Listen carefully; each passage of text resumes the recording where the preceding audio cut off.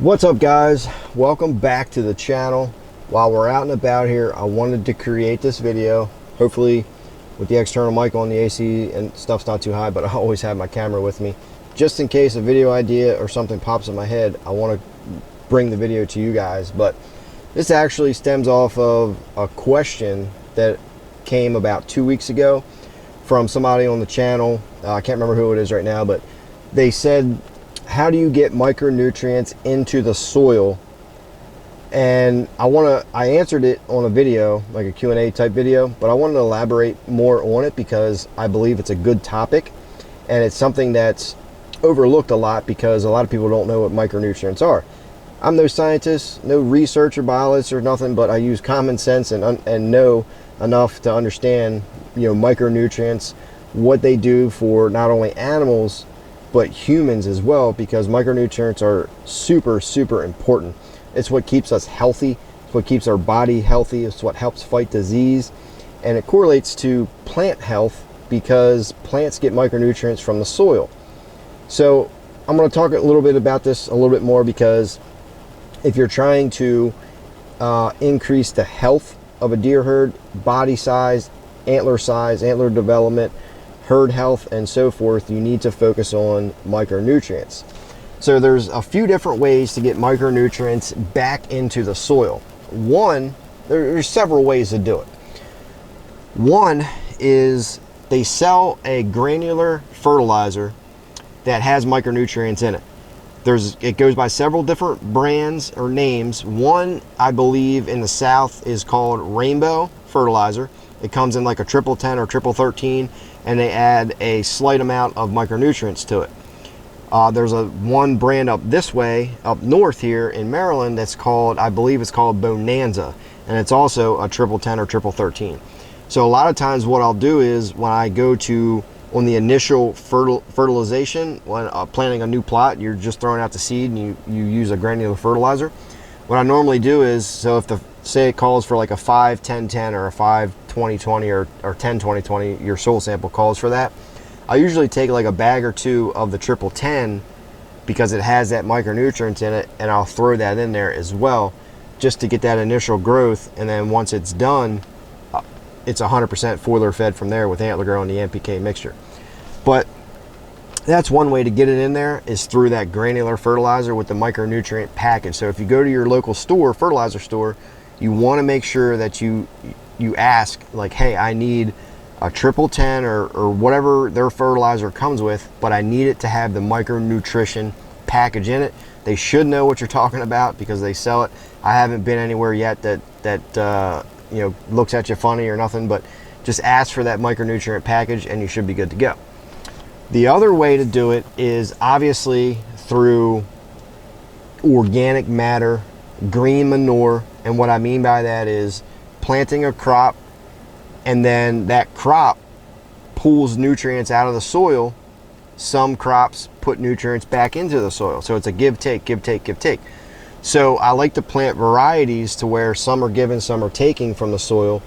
And then that plant stores those micronutrients in the plant itself. So when that plant goes to die off naturally and you go to till that back into the soil, it creates green manure. And when that plant decomposes naturally, you're adding micronutrients back to the soil. There's only one mistake that people make with this, and it's using chemicals to kill off the plot before they till it in. It's a huge mistake. I'm not 100% against chemicals, but I try to use them as least as possible.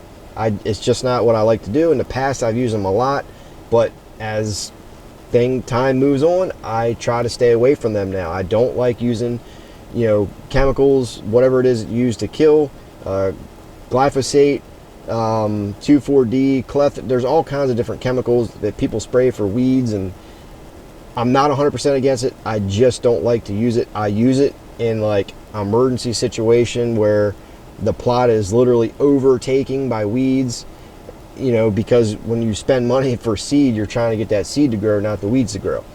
People freak out about weeds and grass in their food plot.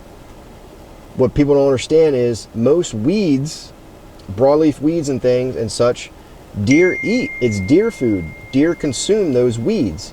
So when you're killing that, as well as turkey, so when you use chemicals and you kill that off, it's just a huge mistake.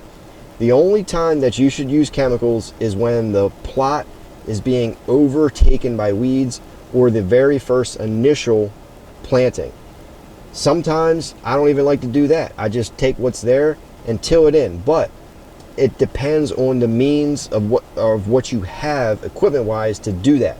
Because if you have a small disc, or if you're just kind of like a no-till type thing, or something like that, a lot of times you won't get a good enough kill or disc on the weeds to where they'll just pop right back up. If you have like a rototiller or something like that, you can just wipe through there, wipe those weeds out, till them under, and then plant.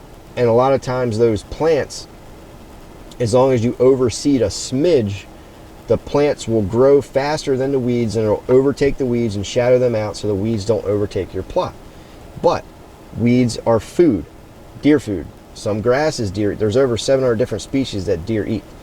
So that's the second way to get micronutrients back in the soil, is whatever that it is that you plant, let that plant decompose naturally into the soil.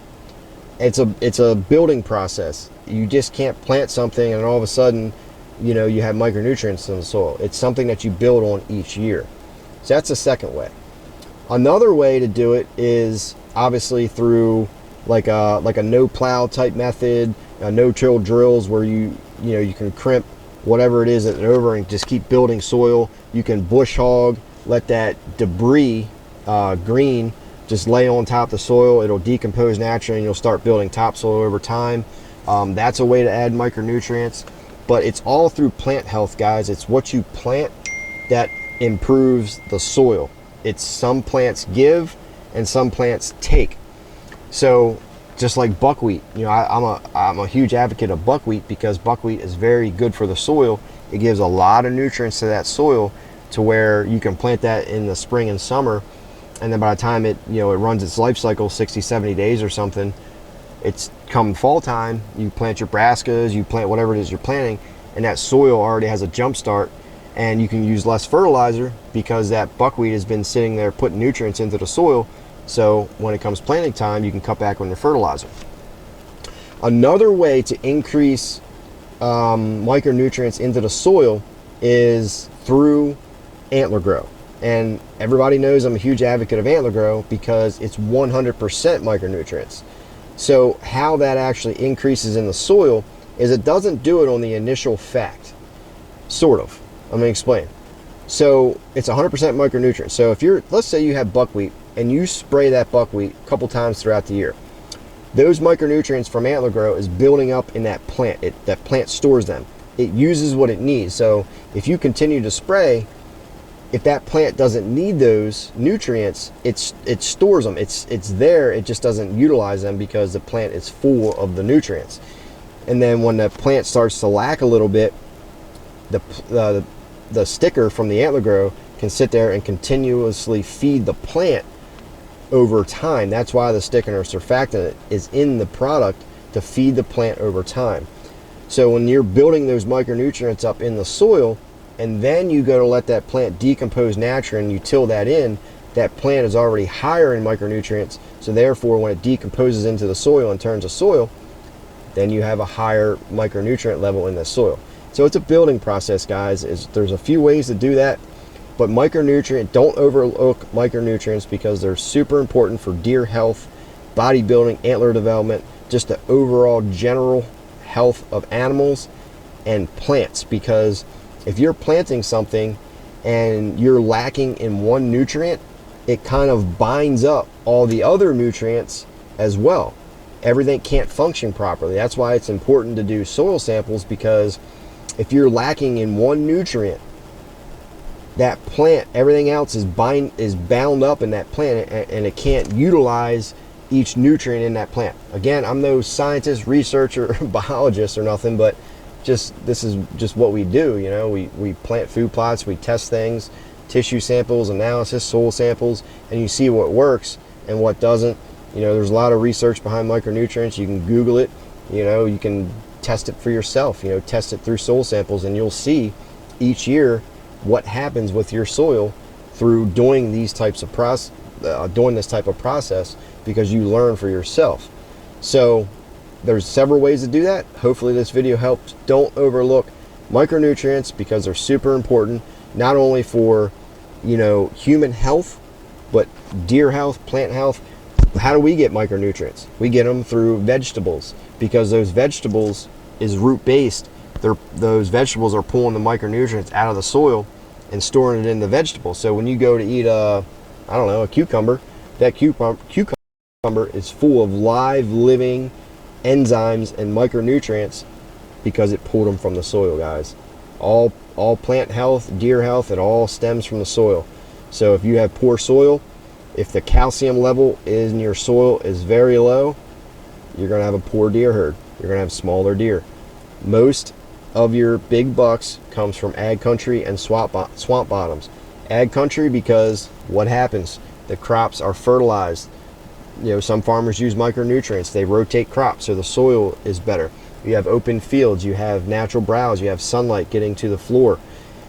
Swamp bottoms is because what's everything do? Everything runs downhill, so those nutrients all run to the bottom. You have richer soil, richer plants, healthier plants.